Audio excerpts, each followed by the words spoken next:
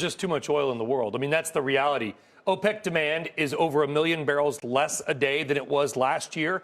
And production, non-OPEC production, i.e. us and Russia, is up. So you're up 1.6 million barrels a day year over year. Demand estimates are coming down. That's 2.6 million barrels of additional oil than they see in demand. That's the reason. Oil is a perfect commodity. If there's too much of something, that additional barrel has $0 of value. So in other words, Hadley, we've offset the loss of those Iranian barrels, which is what the Secretary of State was talking about.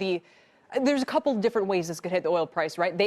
Those actual barrels are gone from the market. Of course, any supply disruptions in the Strait of Hormuz or anything like that is always the concern. But he's right. We haven't really, prices went up earlier this year, but now here we go. They're not responding to this geopolitical risk. I mean, that's the narrative, isn't it? And this is, at the end of the day, really, really interesting, I think, because this is exactly the same tone he took with me just a week or so ago when I sat down with him, very much emphasizing we haven't disturbed the oil markets. We haven't done anything to the price that voters are going to have to be worried about. Because let's think about it, Mike Pompeo, 2024. So there's that. But at the end of the day, you have to also remember the Iranian crude story. Essentially, my Iranian sources have been saying to me, there is no way that they're going to actually be able to take us to zero. 500,000 barrels per day is the magic number for us, and there's no way that they're going to get us off the table. And I said, is that going to be the situation where we're going to see that oil coming through Iraq? What's the narrative there? And they said, well, maybe Iraq, maybe elsewhere, but there's no way they're going to get us to zero. I've been tracking ships. They turn off their AIR, which is effectively their GPS system. There are Iranian crude oil tankers that are currently out there. Some of them meet up with other ships in the middle of the ocean and offload the oil. They don't ever go to port. This is a really interesting story. That's how they stay under the radar? Correct. But think about this. Think about the geopolitical power that our shale boom has not only given us, but has changed.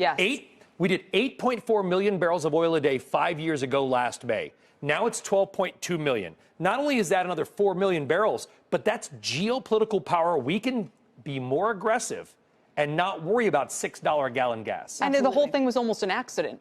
The way, the shale, right? I mean, the shale revolution, the technology behind that and the timing simply worked out really well. So here's one more question to bring this back to the market's concern today, which is China. Is China the customer of Iranian's crude?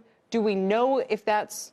The biggest works for China either way. Absolutely. Across the board on the geopolitical front, this works for China because they're going to get closer, not just, of course, to the Iranians, but also, of course, to the Gulf Arabs as well. Saudi Arabia and UAE. The biggest buyer of Iranian oil has been India. Remember, the biggest refinery in the world is Reliance Industries, 1.4 million barrels a day. Put in perspective, our biggest refinery is Motiva at 650,000.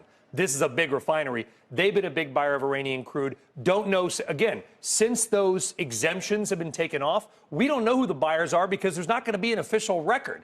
But to Hadley's point, there will be buyers. And also, what happens if you have to buy something on the black market? Where do prices go? Down. Exactly right. That's basically what I've said to my Iranian sources. I'm like, how are you going to do this? How are you going to reach your bottom line? Like, aren't you worried about getting more and more in China's pocket? And they said, what other choice do we have? But I would say one thing, which has become incredibly apparent to me over the last couple of weeks of reporting this story, which is that these governments are truly operating in a silo on these negotiations. You know, diplomacy where you're supposed to be back channeling at all times.